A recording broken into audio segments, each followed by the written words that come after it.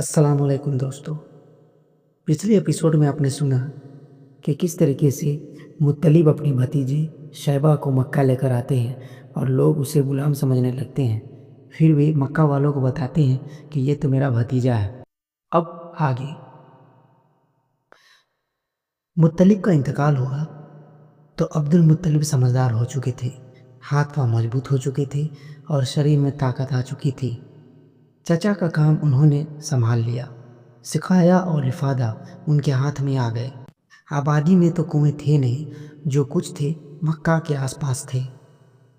उनमें भी कोई यहाँ था तो कोई वहाँ। हाजियों के लिए पानी वहीं से लाया जाता। काबे के पास कुछ हौज होती, उसमें भरा जाता। हौजों को बराबर भरते रहना, फिर जब तब उनकी सफाई करना एक समस्या थी। इसमें तरह तरह की कठिनाइयों का सामना होता। अब्दुल मुत्तलिब फिक्र में पड़ गए। जमजम कुएं के बारे में यह मशहूर था कि उसका पानी मीठा और मज़ेदार था, कभी सूखता भी नहीं। जितनी ज़रूरत होती हासिल हो जाता। ना कोई तकलीफ उठानी पड़ती, ना किसी तरह की परेशानी होती। अब्दुल मुत्तलिब को इसका ख्याल आया। जमजम को किसने पाटा और क्यों पाटा? अब्दुल मुत्तलिब ने कौम के बड़े बूढ़े और जानकार लोगों से पूछा। पहले यहाँ जुरहुम नामक कबीले की हुकूमत थी। उनका आखिरी राजा मुजाज जुरहुमी था। जब उसकी कौम बिगड़ गई और बना से ज़्यादा बिगाड़ के काम करने लगी तो बनु खुजाआ इसे सहन ना कर सके। उन्होंने जुरहुम को बेदखल करने का फैसला कर लिया। इसके लिए जंग की मैदान बनु खुजाआ के हाथ रहा। अब जुरहुम को यहाँ से जाना पड़ा। जाते समय मुजाज से और कुछ तो बनना पड़ा, परंतु काबे में जो भेंट और चढ़ावे आए थे जमजम के अंदर डाले और ऊपर से पाट दिया। जानकार लोगों ने जमजम का पूरा इतिहास बयान कर दिया। अच्छा, तो जब तक जमजम की खुदाई सफाई ना हो जाए और पहले की तरह फिर वह जारी ना हो जाए, उस समय तक हमें चैन से नहीं बैठना है, अब्दुल मुत्तलिब ने कहा।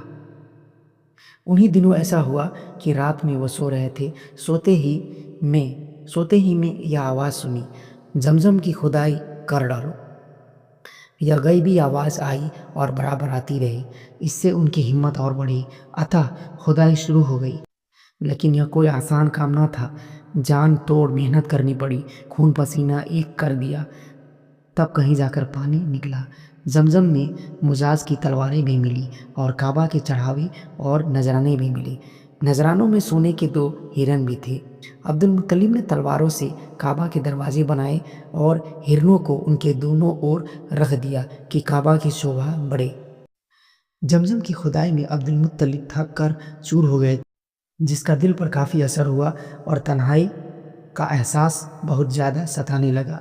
उस वक्त तक केवल एक ही औलाद थी, जिसका नाम हारिस था।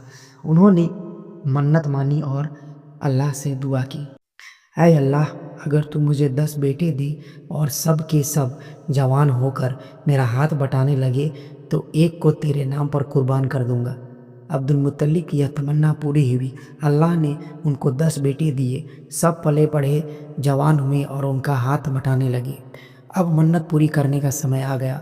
अब्दुल मुत्तलिब ने बेटों को जमा किया और सारा किस्सा सुनाया। बेटे बोले, अब्बा जान, हम सब दिल और जान से हाजिर हैं, जिसको चाहें कुर्बान कर दें।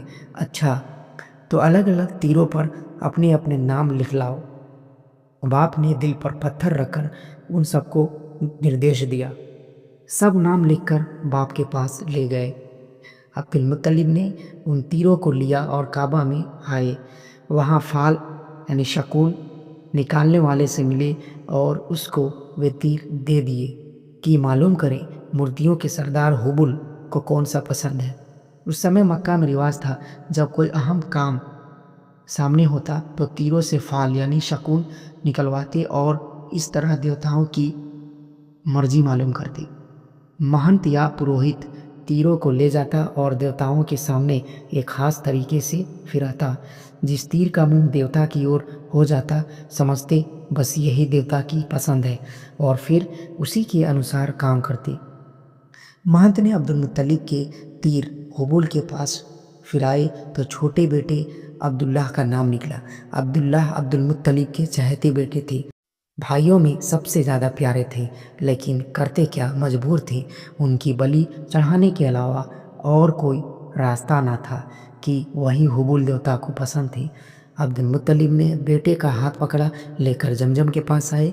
वही बलि की वेदी थी। जिसको भी कुछ कुर्बान करना होता वही लाकर करता। इसाफ और नाइला के सामने कि ये उनकी बड़ी देवियाँ थीं। यह खबर लोगों के दिलों पर बिजली बनकर गिरी और जंगल की आग की तरह सारे शहर में फैल गई। जो जिस हाल में था अब्दुल मुत्तलिब की तरफ दौड़ पड़ा। देखते ही देखते सारे लोग जमा हो गए। यह यही था, जुबान पर यह यही था। नहीं नहीं अब्दुल मुत्तलिब, अब्दुल्लाह की बलि हरगिज ना दीजिए। अब्दुल मुत्तलिब अजीब कश्म में पड़ गए। मैं तो मन्नत मान चुका हूँ, मन्नत पूरी करना ज़रूरी है, आखिर मैं करूँ तो क्या करूँ।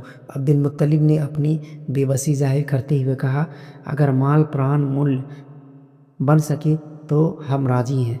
ऊँट कुर्बान करने से काम बन जाए तो उसके लिए भी तैयार है। सबके दिलों की धड़कनें तेज हो गई। सबके होठों पर एक ही तरह की बात थी। लोग बहुत देर तक सोचते रहे, आपस में सलाह करते रहे कि क्या करें। फिर तय हुआ, यसरिब के निकट एक ज्योतिषी औरत है, बुत्तियाँ सुलझाने में वह माहिर है। चलकर उससे पूछा जाए, हो सकता है कि उसी के उपाय से यह गुत्थी भी सुलझ जाए। लोग गए, उस औरत से मिले, उसको सारा हाल बताया। सब कुछ सुन लेने के बाद उसने पूछा, किसी कैदी को छुड़ाना हो या किसी अपराधी की जान बचानी हो तो तुम लोग कितना प्राण मूल्य देते हो? 10 ऊँट 10 ऊँट। सब लोग एक साथ बोल पड़े। ऐसा प्रतीत हो रहा था जैसे आशा की किरण निकल गई हो। तो 10 ऊँट और अब्दुल्लाह के नाम की पर्ची डालो। अगर ऊँटों के नाम की पर्ची निकल आए तो ठीक है, वरना 20 ऊँट कर दो। अगर फिर भी अब्दुल्लाह का नाम निकले तो 10 और बढ़ा दो। इसी तरह 10-10 बढ़ाते जाओ, यहाँ तक कि तुम्हारा रब मान जाए। लोगों ने ऐसा ही किया।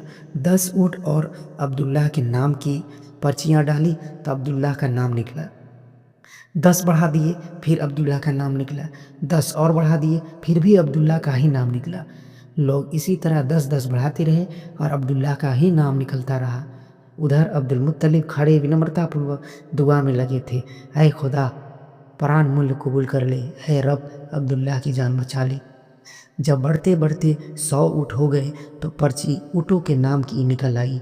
अब क्या था, लोग खुशी से उछल पड़े। अब्दुल मुत्तलिब को हर तरफ से मुबारकबाद दी जाने लगी। मुबारक हो अब्दुल मुत्तलिब, अल्लाह ने बेटे का फिदिया यानी प्राण मूल्य कबूल कर लिया। लेकिन अब्दुल मुत्तलिब को अभी इत्मीनान ना हुआ। 2 बार और चिट्ठी डलवाई कि कोई शक ना रह जाए, खुदा की मर्जी क्या है साफ साफ मालूम हो जाए। जब पूरी तरह इत्मीनान हो गया तो ऊँटों की कुर्बानी की गई और वही छोड़ दिए कि जो चाहे उनसे फ़ायदा उठाए।